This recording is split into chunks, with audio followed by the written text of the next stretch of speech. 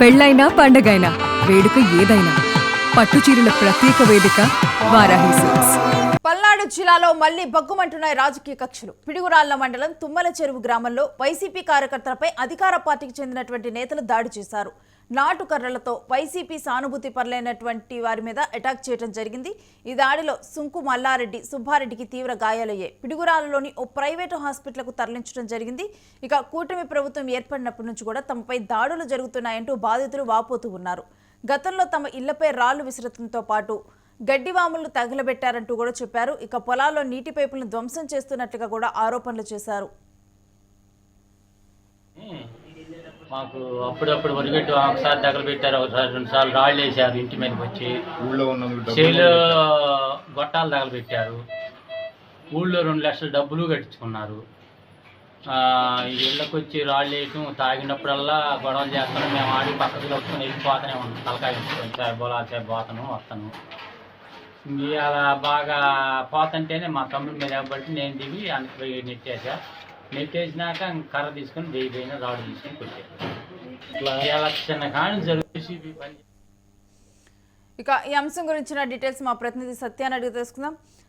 సత్య, పల్నాడులో రాజకీయ కక్షలు భగ్గుమంటున్నట్లుగా తెలుస్తోంది. కంప్లీట్ డీటెయిల్స్ ఏంటి ఈ దాడుల గురించి? శ్రీ పల్నాడు ప్రాంతంలో రాజకీయ కక్షలు మళ్లీ బగ్గుమన్నాయి. పిడుగురాలలో వైసీపీ కార్యకర్తల లక్ష్యంగా టీడీపీ శ్రేణులు దారికి అయితే తెగబడ్డాయి.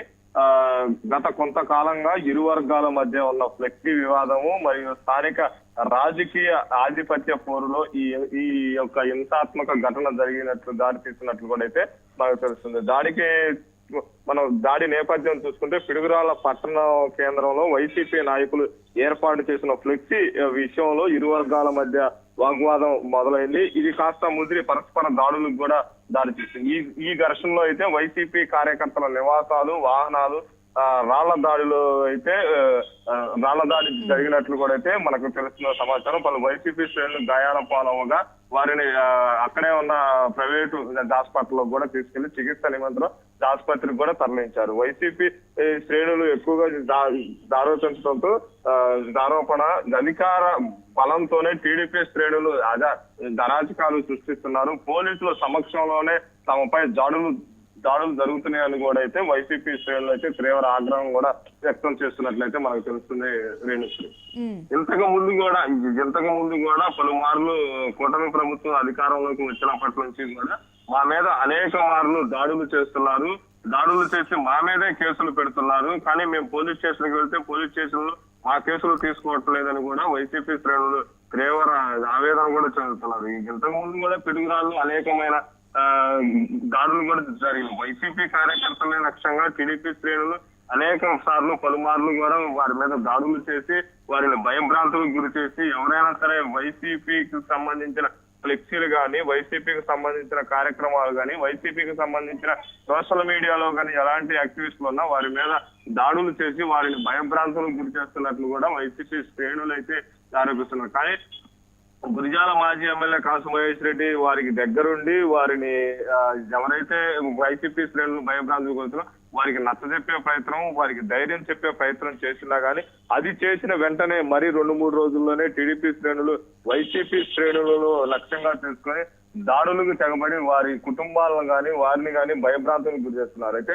పల్నాడు ప్రాంతాల వాసులు మాత్రం ఇలాంటి కార్యక్రమాలు చేపట్టి అక్కడ ఉన్న గురిజాల నియోజకవర్గం కానీ పల్నాడు ప్రాంతంలో కానీ శాంతి భద్రతలు లక్ష్యంగా ఉండాలి కానీ ఎలాంటి కార్యక్రమాలు చేయకూడదని కూడా అక్కడ ఉన్న పల్నాడు ప్రాంతాలు కానీ అక్కడ గురిజాల నియోజకవర్గ వాసులు కానీ వైసీపీ శ్రేణులు కానీ కోరుకున్నట్లయితే మనకైతే తెలుస్తుంది. సత్య, మరి వీళ్ళకి వైసీపీ నాయకులు నేతలు ఎవరైనా అండగా నిలుస్తున్నారో, వీళ్ళని కలవటం జరిగిందా ఏంటి?